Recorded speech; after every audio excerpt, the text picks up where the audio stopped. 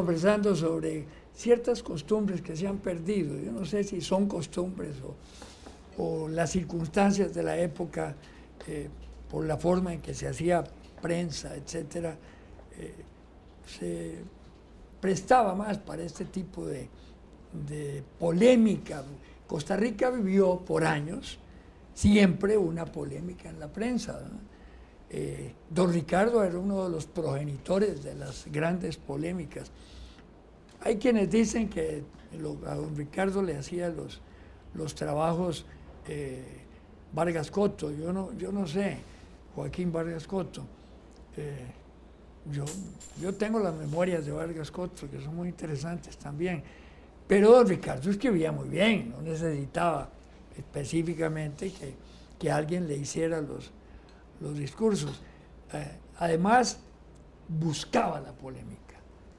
El viejo Ricardo Jiménez buscaba la polémica, buscaba la forma de entrar en debate sobre las ideas de gobierno.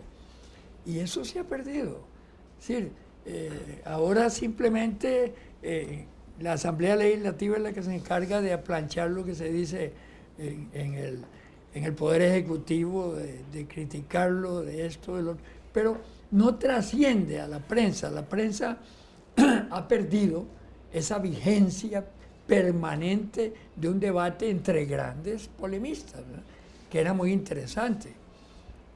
Mi experiencia, digamos, de investigador en el tema de la historia nacional me hizo que yo en alguna época leí con mucha rigurosidad y revisé con mucha profundidad la prensa del siglo XIX y la del XX hasta 1940. Y yo llegué a una conclusión importante sobre eso, porque efectivamente uno se encuentra esos personajes muy activos, Ricardo especialmente, sí, y otros, que de pronto aparecen en los periódicos de la época con grandes entrevistas, grandes de páginas grandototas, que eran en ese momento con letras muy chiquititas, ¿verdad? Y a veces eran hasta 2 artículos, uno y seguido de otro, y después sobre eso se veía que había una especie de montaje hecho por el periódico que le daba seguimiento a las opiniones, en este caso del patricio de Ricardo Jiménez, donde se armaba, a propósito de lo que él había dicho, todo un debate durante varios días que se continuaba con otros interlocutores que eran interrogados, ahora sí, directamente por el periódico. Eso me parece que, bueno, eso no se volvió a hacer, digamos, después de 1946 no se volvió a hacer. Bulate lo revivió mucho, Bulate, mantuvo debates todo el tiempo. Bueno, pero sí, era parte de la práctica, Rica, y él venía desde el 19 más o menos destacándose en ese campo. Claro. Y era la práctica de él. Él era un periodista de ese tipo y era un polemista. Y era un polemista y un gran orador, de paso. No ha habido otro orador como Bulate. Bueno, han habido oradores y han habido, digamos, personajes que tenían la capacidad de discutir públicamente uno tras otro. Yo tuve la experiencia, muy jovencillo, de 18 años, de ver un debate, una contestación de discurso de Otilio Ulate por Manuel Mora. Ajá. 5 minutos o 10 minutos después de que Otilio lo había terminado, ahí en Radio Monumental. Entonces, anunciaron el discurso de Ulate y anuncian el discurso de Manuel Mora contestándole a Ulate, unos minutos después. Entonces a mí me llevaron ahí como equipo de seguridad de Manuel, en ese momento yo en Carajillo, ¿verdad? Y tuve una experiencia lindísima, porque estaba Ulate en una... Primero se saludaron muy amablemente y todas las cosas. Sí, y entró, conocían desde la Asamblea Legislativa, del Congreso. Ulate entra a hacer su discurso, o su intervención radiofónica. En la otra cabina estaba Manuel Mora y Adolfo Herrera García, el gran escritor y periodista, Fofa. Y estaban en un escritorio que era como una tabla así, larga, y donde iban haciendo anotaciones, ¿verdad? Y algo comentaban entre ellos, iban haciendo anotaciones y sacando carajas. Termina el discurso de Ulate, sale de la cabina, Manuel sale a saludarlo y a despedirse muy formalmente. En ese interregno, empiezan a poner música marcial y todo. Entonces aquello era una cosa verdaderamente impactante, estar y queda uno a la expectativa de lo que entra. Y después entra Manuel a la cabina a darle respuesta a Otilio Ulate con Adolfo Herrera La Paz. Sí. Y yo recuerdo esa escena que no se me va a olvidar jamás. No se me va a olvidar jamás. Manuel. Que está Manuel hablando y de pronto Fofa, Adolfo Herrera le pasaba papelillo, seguro le decía, acordate tal carajada y acordate tal otra. Y esa carajada nunca se me va a olvidar a mí, pero qué capacidad de tipos para hablar. Bueno, ese era el tipo de personajes de esa época. Sí, sí, sí. Pero hasta el año 46, digamos, pienso yo que todavía se podía usar eso, de ese tipo de debates. Ya después del 46 eso se deja de hacer. Primero porque la situación posguerra de 1948 no va a permitir debates de esa naturaleza. Sí, sí, sí. El debate que se provoca posteriores 10 años después, cuando Ulate hace otro discurso sobre los 10 años de la guerra, y don Pepe hace otro discurso sobre los 10 años de la guerra, y Manuel Mora por primera vez responde en la radio, en época de Chandy, a ellos dos, en dos discursos que se fueron recogidos en un folleto que se llama Dos discursos en defensa de vanguardia popular, que son a ellos, pero fueron separados los 3 discursos, no fueron actos, y donde se aclaraban puntos de la guerra. Creo que es el último debate importante que se produce de esa naturaleza. Allá por 1934, siendo Manuel Mora diputado, primera vez que entraba al Congreso, tiene un debate muy intenso con Jorge Bolio.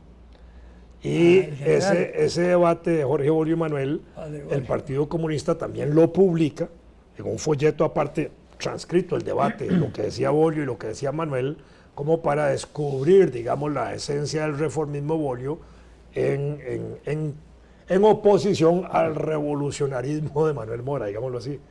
Entonces, publican el discurso que era la intervención de los dos, el debate, que eso tampoco se acostumbra ahora. No. Poner, digamos, el debate, no, uno pone lo que uno dice y que la gente busque lo que el otro quiere decir. Uno dijo, eso no se hace. Y después la radio y la televisión, que se desarrollan después de los 40, con más fuerza, creo que opacan eso, porque la radio sí era muy dada a ese tipo de encuentros de políticos. Emisoras, bueno, la voz de la Víctor. Sí, sí, la voz de la Víctor. La otra que estaba ahí por la Radio Avenida Central. Para Ti. Bueno, también era... habían debates de esa naturaleza. Sí, sí. Creo que cuando estaba Emilio Piedra en Cartago, él hacía algo de eso, me parece, pero ya no recuerdo bien detalles. Pero eso se ha perdido y hoy se pierde también. Hoy, presidente de la República hace un discurso y nadie sale a debatirlo. Ni siquiera ya se publican los discursos del presidente. No, lo que hacen es bajar pisos y eso no es... Pero además lo interesante es debatir ideas, ¿verdad? Sobre lo que se ha dicho. Puede ser un gobernante, puede ser... Pero si las vas a rebatirlas debatiendo, ¿verdad? Don Pepe Figueres, Luis Alberto, Oscar Arias, José María Figueres, publicaban sus folletos, publicaban sus discursos en folletos. Carazo algunos, y cuando uno lo pedía en la casa presidencial le regalaban a uno una fotocopia nada más, pero no había un proceso. De Luis Guillermo yo no conozco un solo folleto publicado, no, yo por ejemplo. tampoco. De Laura menos. Pero digamos, hay cosas como que uno diría, esas cosas deberían estar bien impresas y con tal vez con una edición quizás simbólica, no importa, 500 ejemplares para los que queramos leer esos discursos, tenerlos ahí a disposición, pero es que ni siquiera. Antes me parece que La Nación a veces publicaba discursos de algún presidente, creo que lo hacían más con Oscar Arias que con otros, pero ya no se publican discursos. Entonces uno dice, ¿qué es esta cosa? Como que no hay interés del debate político, del interés político. ¿Cómo comenzaba casi todos los discursos, don Otilio? Vengo llegando de la vieja y me informa Mariano Sanz que el planteamiento que dejara hecho, siempre comenzaba, vengo llegando la vieja, para los que nos oyen, no es la señora. Una finca. Es la finca que tenía en San Carlos. Pero yo me acuerdo, allá por la Fortuna. Venía llegando de algún lugar. Eso es general, porque, digamos, que es universal, porque mencionaste la televisión como un factor. Actualmente, el espacio, el tiempo en la televisión, el espacio en los periódicos se considera demasiado caro como para permitir que haya lo que podemos decir un explayamiento Sí, sí. literario, digamos. Y que los discursos son un poco eso. Entonces, Se ha comercializado demasiado, entonces. bueno, es que uno dice comercializado, todo se ha comercializado hasta Pues sí, la... sí. A propósito de una cosa que dijimos en un programa anterior, Rodrigo Carazo dejó memoria escrita y José Joaquín Trejos también, Sí, que es importante. sí. Yo tengo el de José Joaquín. Sí, sí. Me lo regaló. No, pero además José Joaquín publicó sus discursos principales, sus discursos de gobierno, hizo una coleccioncita de tomos ahí importante y después dejó su obra Sí, sí. grande de memoria, que me parece que es importante. Sí, pero el problema del espacio en los medios es que ha sufrido un encarecimiento por razones comerciales, por supuesto. Entonces, el texto, es más, hay una cosa que uno observa en la prensa, no solo en Costa Rica, pues en medio de Estados Unidos, que hay muchos periódicos, perdón, que publican sobre un mismo tema puntos de vista opuestos en una misma página. Sí, así es. Y claro, uno dice, bueno, esto es bueno porque fomenta el diálogo, pero eso no es diálogo. No. Eso no es diálogo, eso es simplemente... Dos opiniones. sí, es Dos opiniones diferentes. eso podría ser como si estuviera, pareciera Sí, pero como... no le Un diálogo de sordos, como dicen. No hay, Claro, ninguna, claro. no hay ninguna continuidad ni nada. Está uno en el, Do- es como dos estar- posiciones. Es Sí, como dos está posiciones. uno en el Dos mercado y posiciones, oyendo después. dos anuncios, uno de yuca y otro de camote, ¿verdad? Entonces, no. Es muy rara la idea de que eso Vos es diálogo. enterraste ese personaje, Camote, ¿verdad? Eh, No volviste a usarlo. Lo que pasa es que... Mira, yo llegué al convencimiento un día, así de manera estudiada, para decirlo de una manera pedante. Yo llegué a la conclusión de que la gente en Costa Rica no tiene sentido del humor. Que escribir humorismo para los costarricenses es tiempo perdido, porque siempre acaban tomándolo como expresiones de serio. una realidad que uno no quiere expresar. No, de verdad, yo creo que Pues es yo complejo de inferioridad Yo me generalizado. matriculé dentro del humor ¿Cómo se llamaba el desde personaje que tuyo? estaba estudiante. No era Camote en la columna.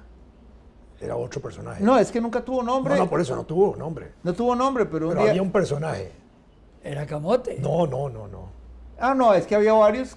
No. El de Alajuela, ¿cómo se llamaba? Es que en Alajuela empezó a aparecer en el Parque Central un individuo que opinaba y un día alguien me dijo, mira, pero ese tipo es el único que no tiene nombre, porque aparecían...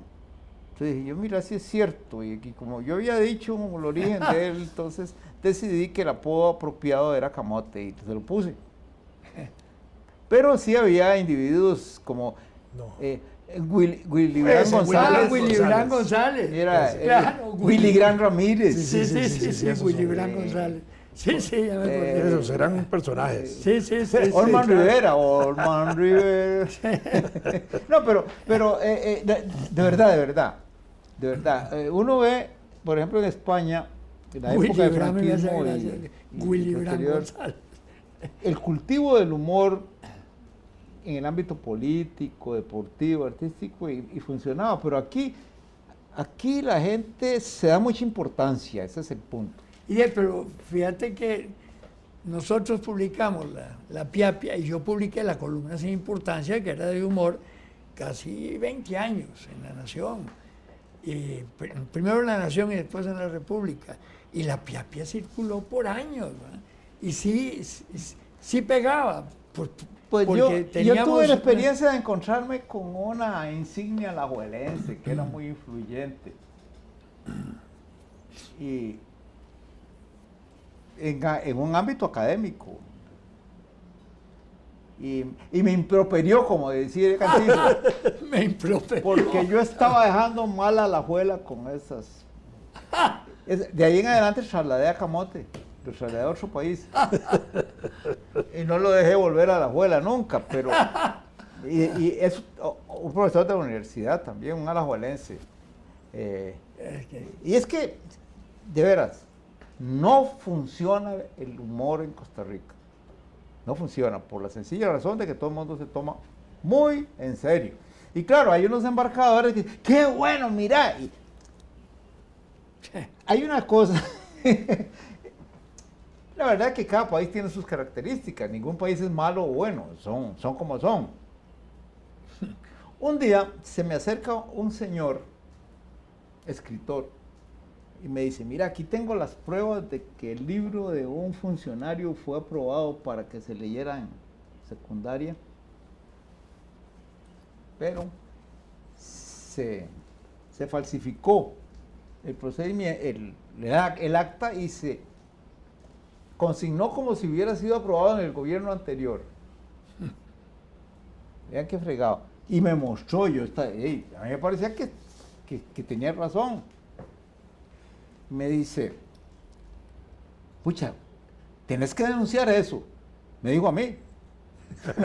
Entonces le digo yo, bueno, espérate, ya que vos fuiste el investigador, ¿por qué no lo denuncias vos?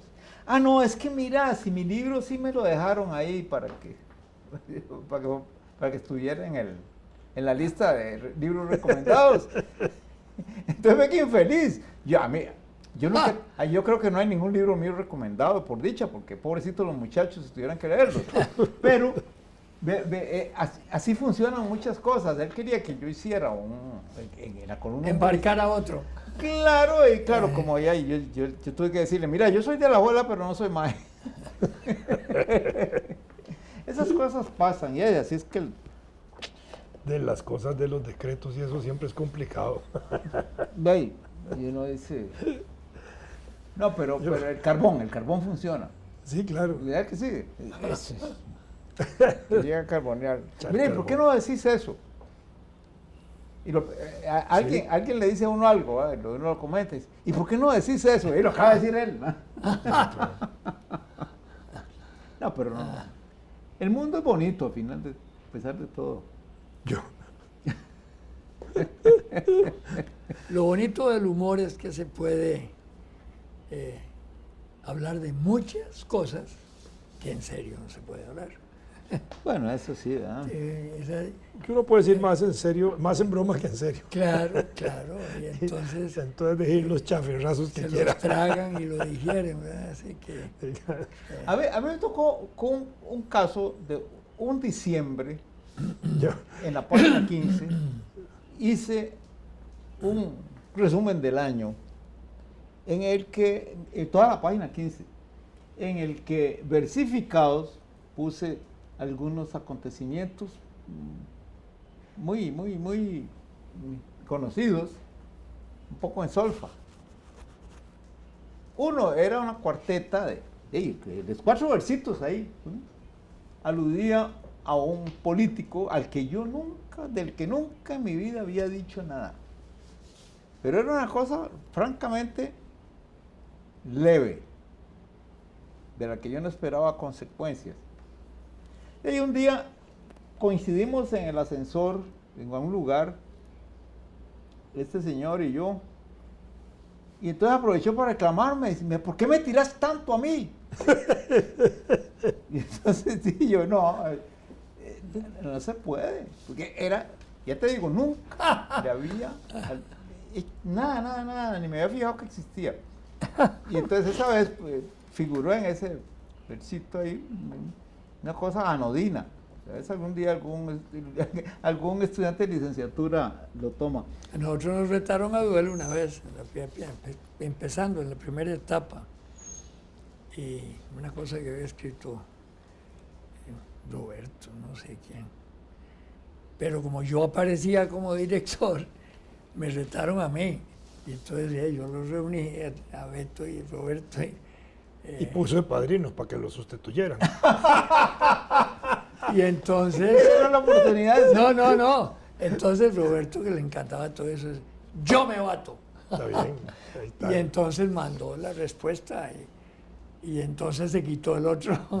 A mí me mandaron los ¿Por qué ese carajo? A mí me mandaron los padrinos, cuando escribía esa columna de La Nación los domingos, que se llamaba Picotazos, y el seudónimo era S. Gallo.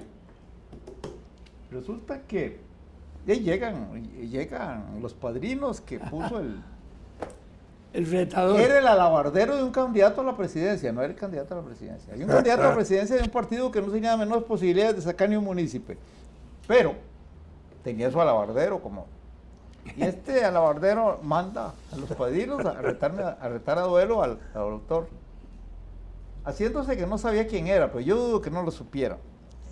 Pero llegaron a la oficina del director de la Nación. Y entonces el director de la Nación lo recibió y cuando ya le dijeron a qué es, y él le dijo, bueno, conociendo al autor yo sé que va a aceptar, pero tienen que advertirle a su representado que lo primero que voy a hacer yo mañana es publicar la noticia con un comentario sobre lo ridículo que es. Y ustedes no volvieron. Después me lo contó y dice, Más seguro les digo, les comento también que es un gran tirador, seguro. Para que lo piense mejor. Aquí como que se estilaban los duelos, ¿verdad? Sí, era... Sí. Pero ya casi no hay. No, ya no. Los Pero duelos era en el Alto de las Palomas, ahí eran los... ahora los duelos es cuando se le muere a un gatito. Bueno, aterrizamos.